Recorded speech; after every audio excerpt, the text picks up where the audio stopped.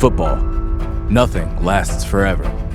And for a generation that's given everything, Andrej, iznad svih! This might be the final chapter. Ça sera certainement sa dernière grande compétition. Schon sehr emotional, würde ich mal sagen. As legends reach the twilight. Goal! Brilliant! Ich finde schon, dass auch irgendwo eine Statue. A new generation rises, ready to take the mantle. Count on us, don't count on us, we don't really care. Ne postoje granice. But now, there are legacies on the line. And glory to chase. This could be their last dance.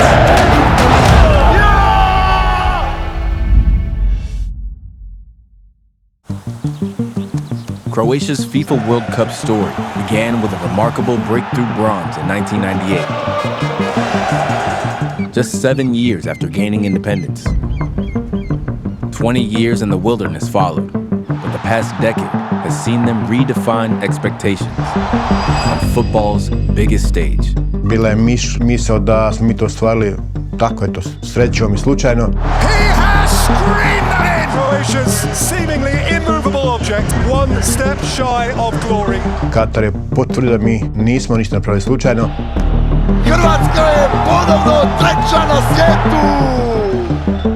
Pa mi smo napravili zaista rezultate za povijest, za divljenje u zadnje vrijeme i ono što smo napravili nešto što je, rekao bih, i nemoguće za malobrojnu državu kao što smo mi. Mi idemo u turnir sa puno želje, sa puno dobrih očekivanja.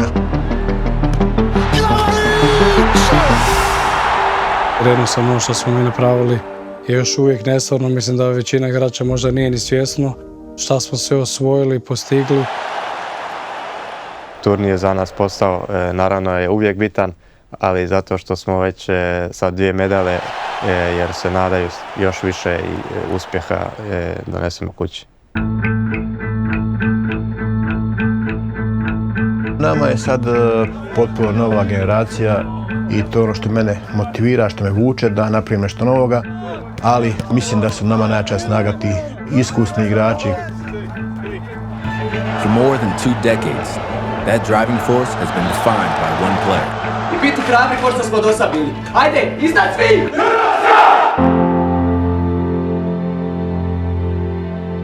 Luka Modrić znači jako puno za ovu reprezentaciju. On je naša velika snaga i naš glavni motor. To je stvarno nešto posebno, jedan fenomen. Taki je na terenu, uvijek je i lider. Ja mislim da i protivnik isto drugačije gleda na nas kad vidi da je Luka Modrić u sastavu.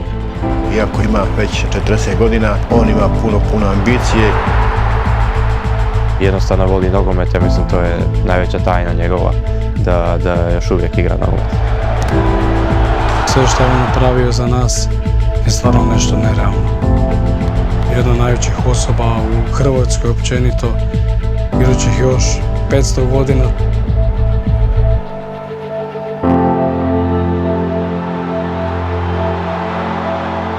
Kad znaš da je polako nešto dolazi k kraju, pogotovo ovo svjetsko prvenstvo, onda želiš napraviti još bolje, još najviše dati od sebe. I to su stvari koje te pokreću. Sigurno da nas sve inspirira, sigurno da ćemo dati i za njega, i za reprezentaciju, i za sve nas maksimum.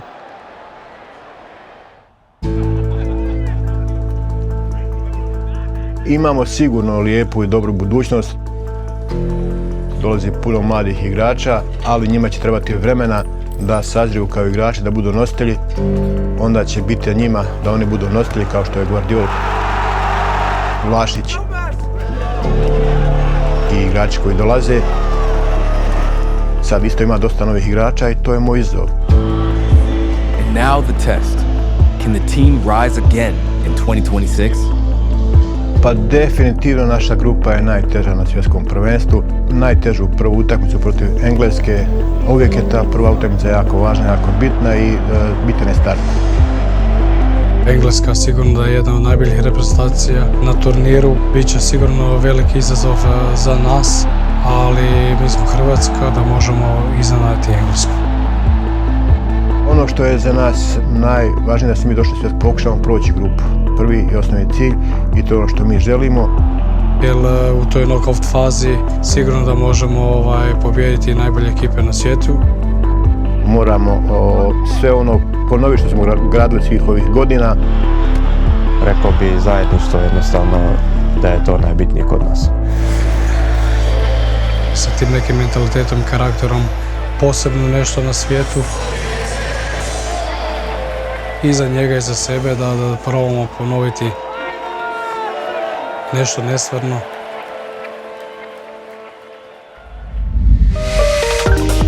Croatia's other opponents in Group L alongside England are Ghana and Panama. They began against England in Dallas on the 17th of June, a repeat of the 2018 semifinal. 6 days later, they travel north to face Panama in Toronto. And their group stage will culminate in a face-off with four-time AFCON champions Ghana in Philadelphia on the 27th of June. Elsewhere in the Balkans, Bosnia and Herzegovina were on the brink of missing out on the FIFA World Cup. But a playoff penalty shootout win over Wales and Cardiff kept them alive. Bosnia and Herzegovina will face Italy for a place at the World Cup. Ich kann mich auch daran erinnern, die Nacht davor war jetzt nicht eine normale Nacht. Man hat schon ein bisschen Gedanken im Kopf gehabt, man hat Bilder vor dem Kopf gehabt. Pa teško, zato što znamo što je ova utakmica značila čitavoj državi. Bosnia were dealt an early blow. They're in trouble here. As Italy struck first. Brilliant finish! Opet reprezentacija Italija, jedna veoma jaka reprezentacija, opet smo vjerovali u nas. It's been squeezed in! Jetzt gehen wir, jetzt schaffen wir das. The hopes rest on a penalty shootout. Als der Trainer mich gefragt hat, möchtest du schießen, habe ich gesagt ja. Bio sam miran stvarno kod svih penala i stvarno sam vjerovao ovim momcima, mislim vjerujem od prvog dana. Riesendruck. Du läufst dahin, du merkst, es geht um alles, es geht um die WM. Scores! Wenn du von Italien verschießt, okay, dann kommt der Letzte bei uns bei Italien. This to win it. Und denkst dir, oh mein Gott. Denkst du dir, wenn ihn jetzt macht, sind wir an der WM. Bosnia Herzegovina will play at the World Cup. Nestvarno. Se danas ostvario, tako da za ovo smo živjeli čitav život kod dijete, najveći san. Du merkst einfach, was der Fußball auch macht, was der Fußball mit den Menschen macht, egal welche Probleme du vielleicht in dem Moment auch hast. Du vergisst die und der Fußballverein.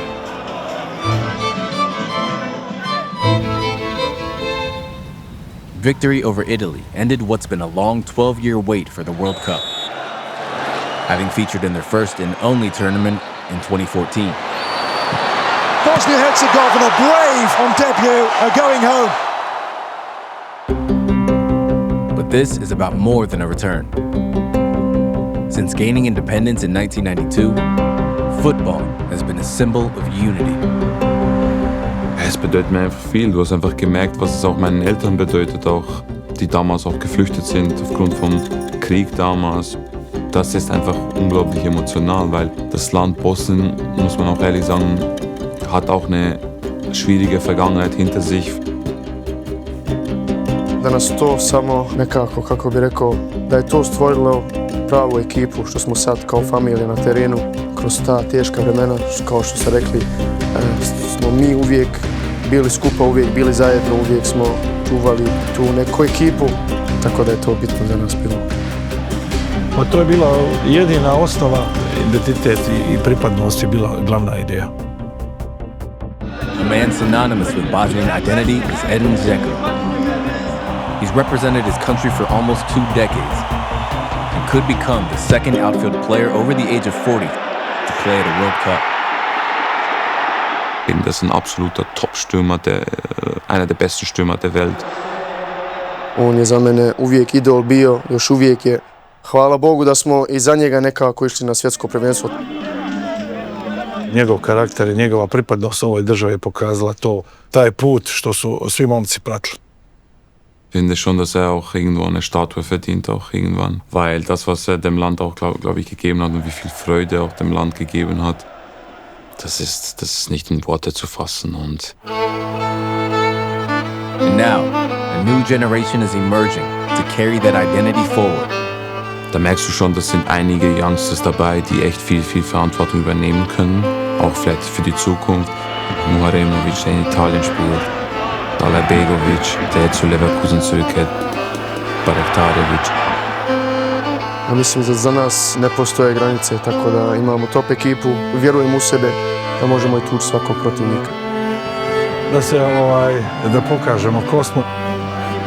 I ovi rezultati govore za nas sve i da će dosta naših protivnika imati nas na umu. Ich hoffe, dass die Menschen sich einfach daran erinnern, an die Resilienz, die wir gezeigt haben. Und einfach, wie wir als Mannschaft dahin gestanden sind. Wie wir als Mannschaft, als ganze Nation ein Lächeln einfach den Menschen noch irgendwo ins Gesicht zu zaubern. After their heroic playoff victory, Bosnia and Herzegovina filled the final slot in Group B, alongside Canada, Qatar, and Switzerland. They open against co-hosts Canada at Toronto Stadium on the 12th of June. Then they head to Los Angeles to face Switzerland on the 18th of June. And their final group game is in Seattle on the 24th of June against Qatar in a tie that could define their path to the knockout stage.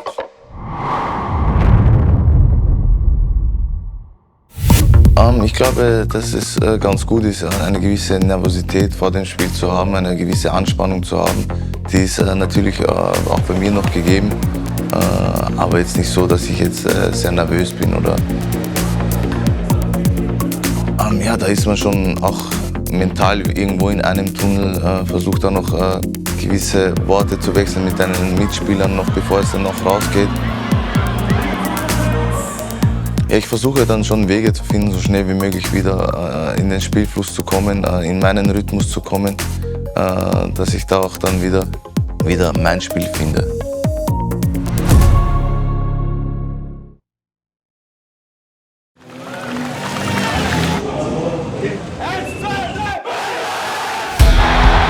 Relentless, aggressive, uncompromising.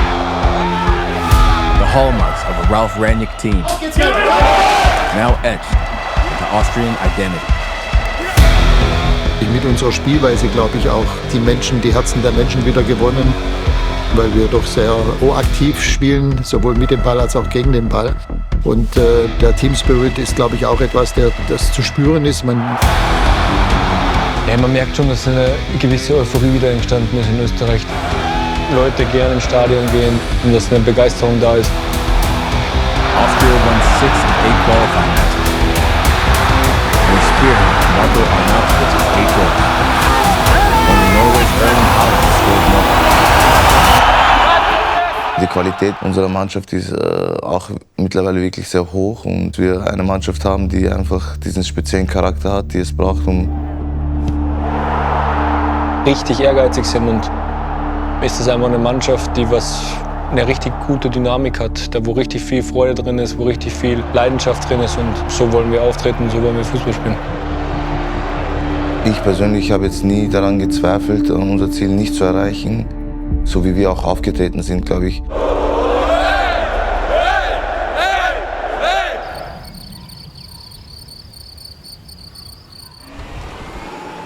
Für mich ist es auch die erste Weltmeisterschaft überhaupt, so wie für meine Spieler. Keiner meiner Spieler hat bisher schon an einer Weltmeisterschaft teilgenommen.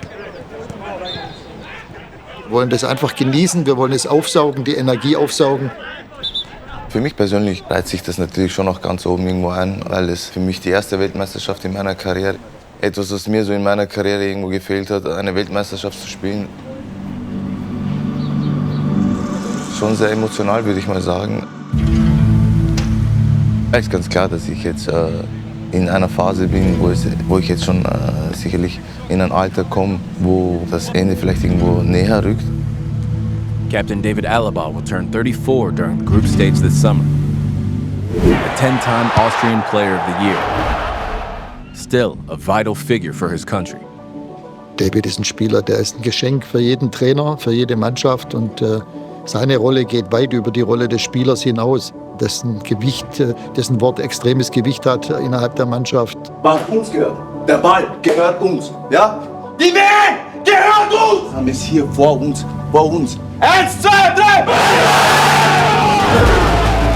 Erstens ist auch ein Charakter, weil er da auch einfach Anweisungen gibt, den Vorderen hilft, den Leuten neben ihm hilft und einfach mal auch klare Ansagen macht, was gerade gebraucht wird und da auch.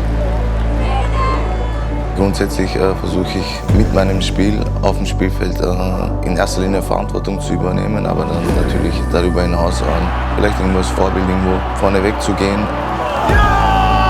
Also allein was er auf Vereinsebene gewonnen hat. Er ist der größte österreichische Spieler.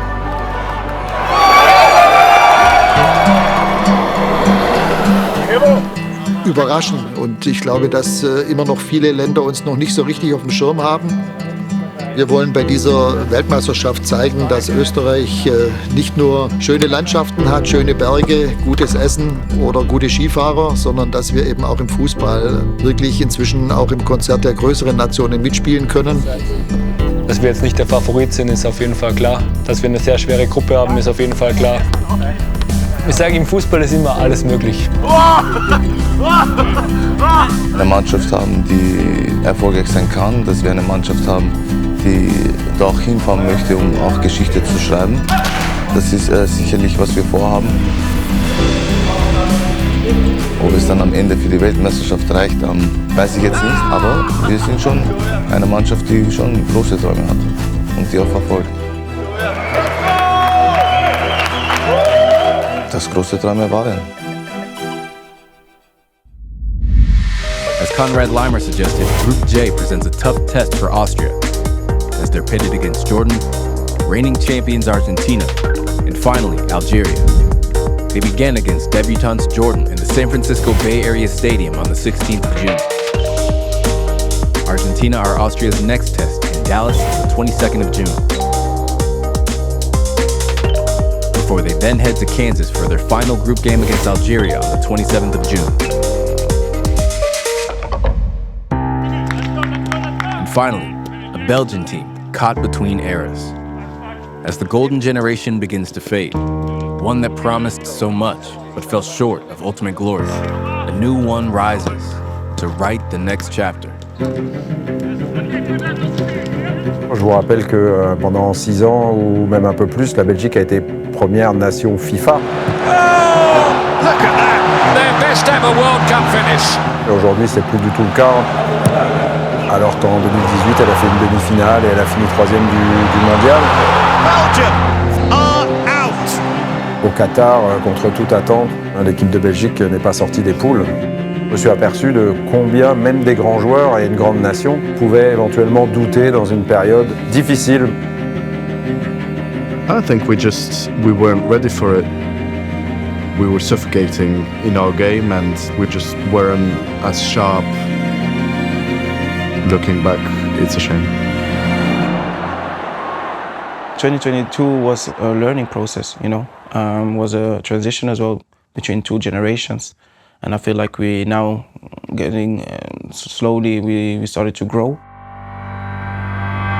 French coach Rudy Garcia took over in early 2025, tasked with galvanizing a squad in transition. He looked to a new generation of leaders like Charles de Ketelaere and Alexis Salamakers to drive him forward. J'ai découvert un groupe assez meurtri, en manque de confiance. Mais je pense que l'équipe a une identité où elle attaque, elle essaye de marquer un but plus que l'adversaire.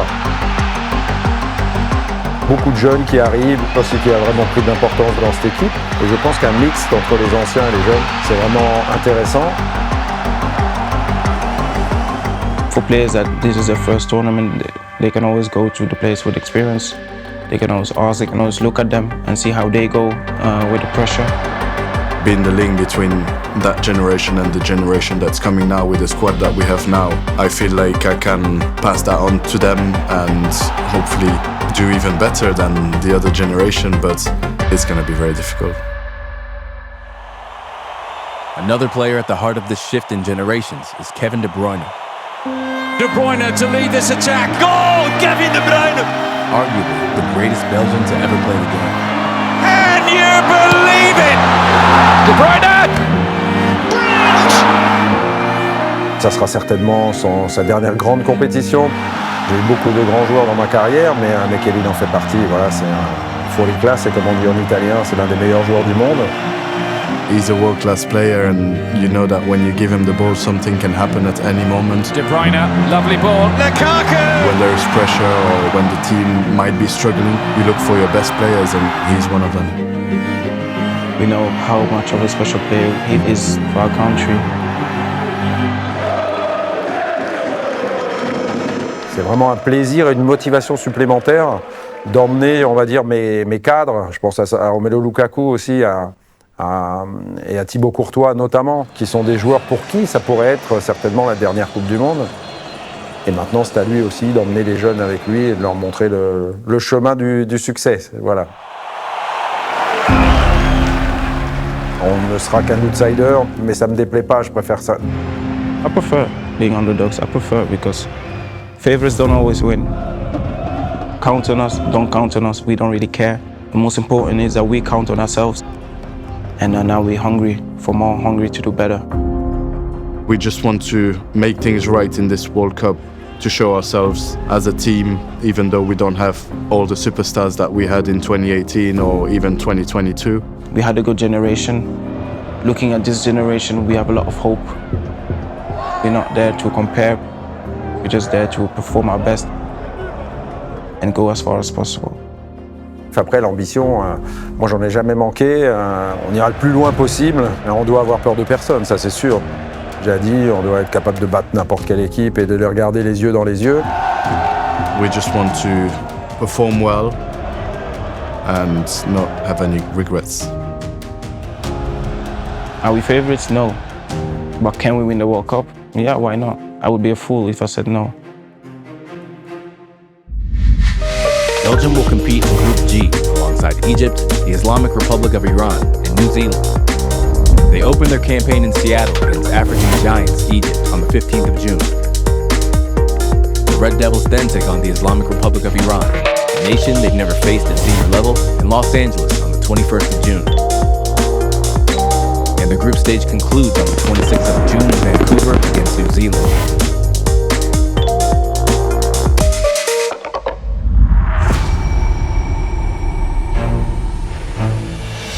Four nations, four icons, ready to take center stage once again. Another chance to define their legacies at the FIFA World Cup.